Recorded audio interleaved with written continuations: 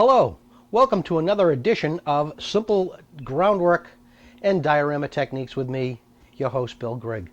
Today we're going to get out of the train realm and we're going to get more into the military realm.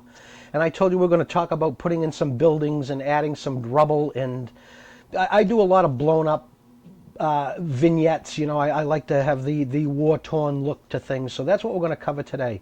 I'm also going to dabble a little bit back into the railroad things because we're going to talk about making bricks and weathering bricks and coloring bricks and the materials that you can get, the structures, all types of things like that. So let's start out. And first of all, let's start out and go with what we can do commercially. Now, obviously, we've got railroad buildings that we can actually buy. And as you can see, the railroad buildings, they're pretty good quality kits. I've not run across anything that's really been an inferior kit. But they've got very nice ingrained brickwork in them. And that is one way to go. Obviously, in the HO, you can buy something commercial. HON, your O scales, all that. All the scales of the railroad, you can do that commercially. You can buy them. Also, there are printed sheets out that you can buy. They're long runs of brickwork and things like that. You can see it's fairly thick. This is on kind of like a foamy type core thing. And you can see they're all pre-sculpted, and they even do some pre-painting. I, of course, would go in and want to enhance this a little bit better than what the manufacturer has given you, but it's a decent product, and it's very, very easy to cut. I was cutting it with a hacksaw blade with just a piece of tape wrapped around the hacksaw blade. Another way you can go in buildings is you can go and you can actually purchase a pre-made building, as long as you can figure out how to open up the box. But as you can see, all kinds of popcorn. And what they do with these is, again, this is probably formed in hydrocal. And again, it's all pre-sculpted. All your bricks in here, all your framework for your windows, a ledge, things like that. This is a post office. It says Ruin Post Office. So you can do a little side thing like that. And I don't know, Dave, can you get a close up on the picture on the front of the box of that finished product? Looks good. Looks good. So that's another idea that you can go with. You can buy preformed buildings if you would like. This retails at about $24.95, I want to say. Some are more expensive, some are less expensive. But that is another way to go. And there's even more. It keeps on coming.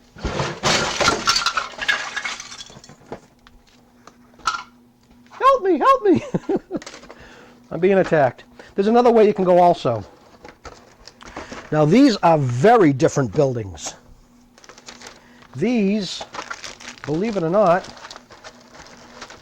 are vacuum-formed. I'll just have to open this up to show you. But they actually put these in big old presses. And you can see it. You can see the side here, the indent, and your finished product on that side. But these are vacuum formed. You would cut these out and glue them together kind of like a injection molded kit. And as you can see, it's fairly thick plastic. It's not like those old days of vacuum form when you would touch it and the vacuum form would collapse upon you. They also give you very nice injection molded pieces to enhance the building with also. You can see window frames and gratings and things like this. Me personally, I really like these buildings for these sprues because I can take them and put them into what I personally sculpt, so I get something very unique and non-commercial. But this is a good way to go. These are not bad. But as usual, in this show, we like to keep things cheap and inexpensive and not spend a lot of money. So what we're going to do is I'm going to bring you into my little secret world. I shouldn't even be showing you this, because now I got to compete against you in contests. But a good money-saving way to make buildings is... Where'd he go? A good way to make buildings is, believe it or not, is to sculpt your own in sheetrock. People go, yeah, I don't know what. Yeah, sculpt your own in sheetrock. It's very inexpensive. It's a very good way to go. Now, what you want to do with your sheetrock. In 35th scale, for your HO train guys and railroad guys and N scale guys, this is impractical to the mere fact that it's so thick. In HO, your wall would be scale thickness like 8 feet thick. They don't make walls 8 feet thick unless you're protecting a bunker of ammo or something like that. So you could buy a thinner sheetrock. Everybody knows sheetrocks come in different thicknesses, so you could buy a thinner sheetrock, or believe it or not, I've actually put the sheetrock into a table saw and I've actually cut it, and I've actually cut down the width of the sheetrock. But to use sheetrock, it's very, very, very easy. Now this particular piece has got a coat of primer on it. It would normally be brown, but what we want to do is we want to take off the finished side. Now obviously not with primer on it, so I'm going to go to the other side and I'm going to take that rock off of that other side. Now that's very, very easy to do. Take your bottle with your water in it, and the idea is to wet the paper, not the rock. That's really important. If you wet the rock, you have to let it dry, but probably in the sculpt without the rock being kept dry and just removing the paper, the sculpt has a tendency to decay. So this is what we do. We just put on a little bit, we rub it around, and you kind of just let it sit, and after a couple minutes you'll see it. You can start to, I'll get this edge right here, Dave. You can start to actually, see it? You can start to pull up that first layer of paper, and then you would continue on. Just notice just it's a little bit of water, not hardly anything for water. Because like I say, the idea is to get it down, get the penetration through the paper, touch the rock, debond the paper from the rock. And as you can see, there we go. There's the rock. There it is right there. And it's good and dry. So once we get this all stripped off, then we would determine our size of our brick. And what I like to do is I like to take a 1/35th scale guy, kind of put him up next to the brick, take a look at it. We'll say this is the guy, put it up next to the brick. Then kind of you go and you look at real bricks. You go out and just find a real brick and kind of get a size comparison. Then, simple, folks. I mean, doesn't get any simpler than this. Need to put on my eyes. Take my fine European imported scribing tool, made of high density quality steel. Yeah, right. It's an old file with a pointed end is all it is. I go into the rock. Now, if you wanted to and you wanted to be really, really professional about this, you could take yourself a square. You could make sure that you're square. And then you could actually run down the edge. Boom, boom, boom. That's not a bad way to do it. It's not a bad way. But I've been doing this such a long time that I just really don't. I just kind of go into it. You can see I've pre-sculpted some there. But this is truly easy. And just kind of get down onto this shot here, Dave. I got a little bump that's messing me up. I'm just kind of eyeing the width of the brick. Scrape it through a couple times. Drop it down. Scrape it through a couple times. Continue on through the whole piece. Get it clean. And then opposite your mortar line. So I'm in the middle of this brick. See if I can do it like this. I'm in the middle of that brick. In the middle of that brick. See it? I keep changing. So I'm staggering my brick line. Now you don't have to stagger it. You can do whatever you want. But that's exactly what I'm doing. And I would continue through the entire piece until I got what I wanted. Now if you don't want brick, you could go in and you could also sculpt, like, let's say like they've made a stone wall with fairly flat stones, you know, and it's kind of like a retaining wall type things, which a lot of you model railroad guys would probably want to do. And, you know, think about it, railroad guys, think about this. If you happen to use a piece of sheetrock that was this thick and you wanted a retaining wall, what you could do is you could take it, sculpt it in this thickness of rock. It's not going to fall apart on you. Sculpt it in that thickness of rock. Inset it into your layout, and then just kind of bury the thickness of the rock with a little bit of, maybe topsoil or a little, a little rock fall, or the drainage rocks that they have, or just get creative, and you could inset this into something. But like I say, you don't have to just sculpt rock. You could do cinder blocks. You could do. I started here with sculpting kind of like a stone type wall type of a structure here. You can see I'm just in there. You can see it sculpts very easy. It's not. This is not hard. Of course, the quality of the tool makes the whole difference.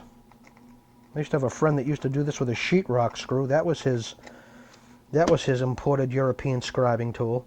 So we keep on going, we keep scribing, keep scribing. Now, to paint, that's what this show is all about. It's not so much in the building, the construction, things like that. It's in the painting of pieces. And let me bring you into this. And when you see how a brick wall actually starts out, now this is 1/35 scale, folks, 1/35, 1/48 scale. You could do it in HO, but in HO it might get a little wiggy. It might make it a little crazy. Again, we get out, I got some good bumper sticker paper here, non-absorbent surface, and I am going to start out with my favorite color for brick, which is barn red. Believe it or not, I like the color barn red. This is an acrylic now. This is a water-based paint. The barn red is going to form the basis of our colors as we go through this piece. I have friends that add blue to their bricks. I have friends that add all kinds of colors to their bricks. So there's the barn red. This is maroon moccasin. This is my favorite, burnt sienna. See, burnt sienna and the barn red. No, you need to move the bottles, please. Okay. You can see the burnt sienna and the barn red are awful close in the same family. Now we're going to go into a little bit of wine. I don't like that color, Dave. I don't like that color, that wine color, Dave. My whole standby, I love this color. This is golden brown. You can add greens, you could add, it's just all over the place. And then a little yellow ochre. I sound like Bob Ross with his ochres and his, I need a squirrel. I need to put a squirrel in my pocket. Okay. Now there they all are. Now, taking the appropriate brush, and I will use something like that right there. It's fairly stiff. It's got some spit on it. I told you about the spitting on the brush thing. And just break the tip, go in, and that's exactly what we're going to start doing. We start painting each individual brick. Now we go in with a pure barn red. Maybe we grab the next color next to it, that wine. A little yellow, a little of the golden brown, put it out, and let's grab a little of the barn red and get a little mixture going. Remember now, folks, remember, like I said, you do not need to keep things in the exact tones when you mix paint. It is not necessary. Nothing is the exact same tone. Little yellow ochre into that, get it a little bit lighter. And what we're going to do, we're going to kind of create a little patchwork quilt here. Now I'm just going to get random. You notice I keep going to my same source pool though. You notice when I do this, I keep going from here to all my colors that I've got laid out into one little pool. I just keep manipulating that little pool, and I would randomly go throughout these bricks, painting each one. You can even kind of, if you wanted to, get even a purer color in there.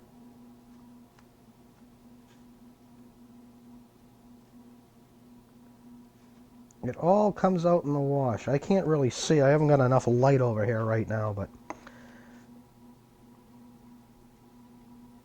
I just want to give the idea of the randomness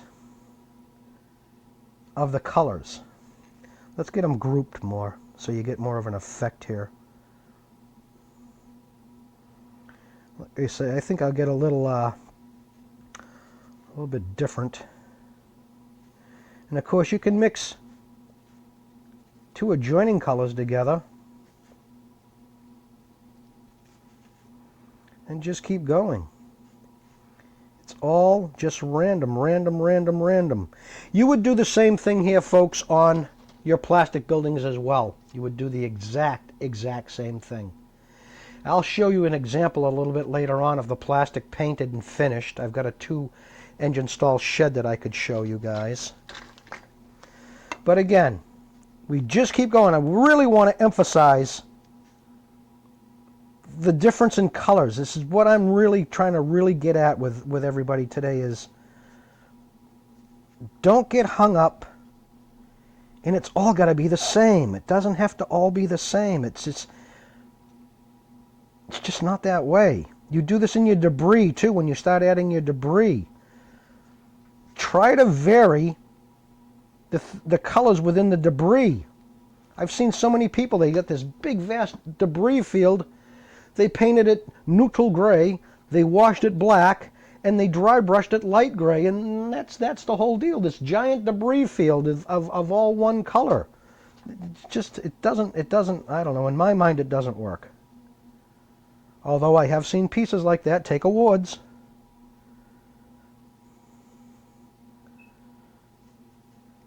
And as you can see, I don't know if you can get this or not. Yeah, you probably can, Dave. I can see why you can't get this. But this isn't even as random as I want to be. See the random way I've done that? That's real important. Get all these colors all out, all different. Okay, you've got this all completely done. Now what you would do is once that dries, is you would start and you would go in now and you would start doing some of your washes and your highlighting. Notice I'm not worried about the grout lines. That doesn't make any difference. The washes are going to take care of that. Don't get the mindset of white grout. I've never seen white cement in my life.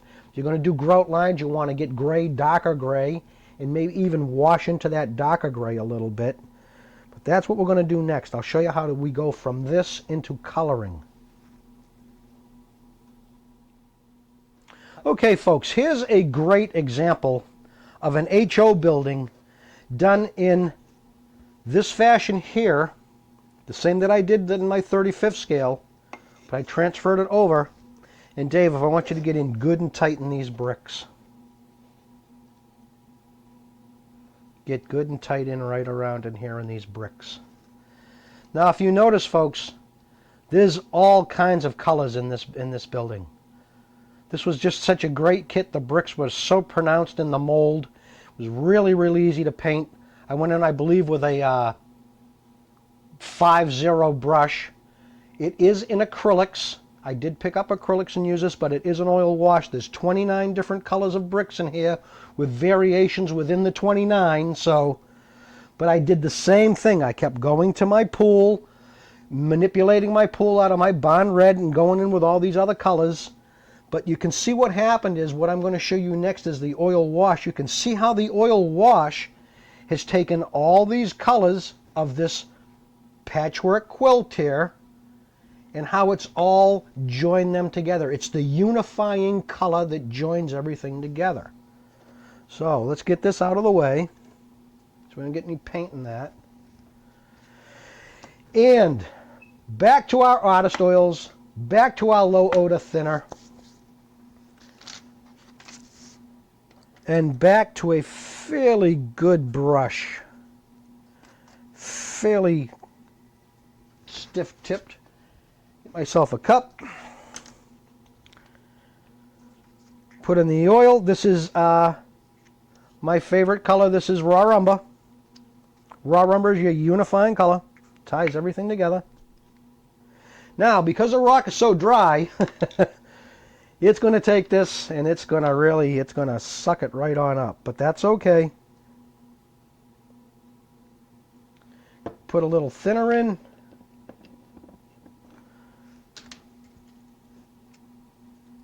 Get so I can see. And stop my wash. Again, pulling up the sides, checking out the consistency of the wash. I want this fairly thick. If it gets a little sludgy on top of the bricks, that's going to be okay. All right, give me something to put this on here. So I keep a little natural tip to it. And going right into the brick, washing right on top of the brick. See the grout line fill in?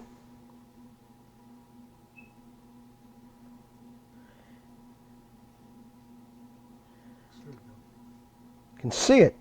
The bricks start to grow right now. You can see it. See them start to grow? You've got to get out of this mindset of doing a light grout line. It doesn't work in scale. It just doesn't work. It's too stark. There's too much to it.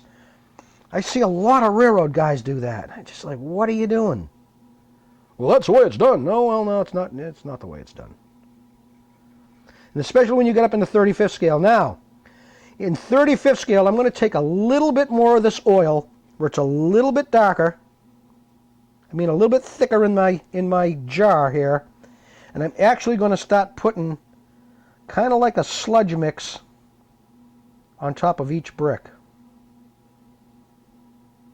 This does take a while. And you would repeat this and repeat this. You would dry brush, repeat, dry brush, repeat.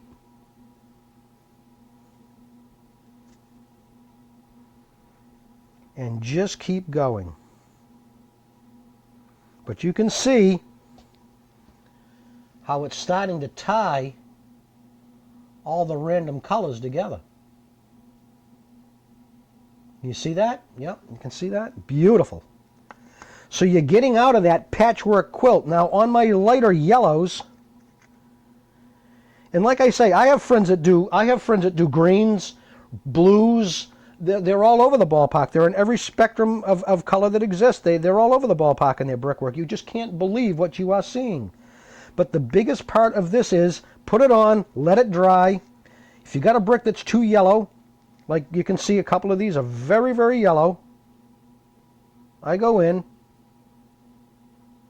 course, on an angle, it kind of rolls off, but I go in and I kind of sludge the top of that. I'm trying to get the same tonal value, but not the color. And I'll show you a good example of this when it's finished. As a matter of fact, what I just did there just worked out real well. And that was kind of more of a sludgy mix of that oil paint. Let me do some just up on the unpainted brick so you get an idea of the sculpt. You can see where that goes. So you can see that would actually work for yourself, believe it or not.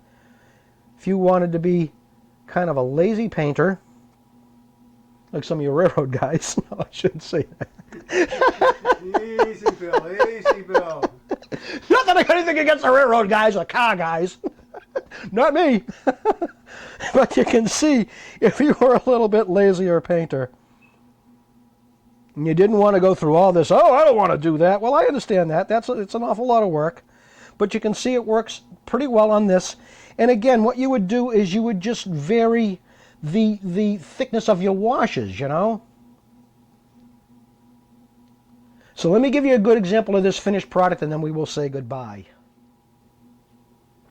Okay, now here is a great example of a finished product using the patchwork technique. Now, believe it or not, these cobblestones are all sculpted out of sheetrock.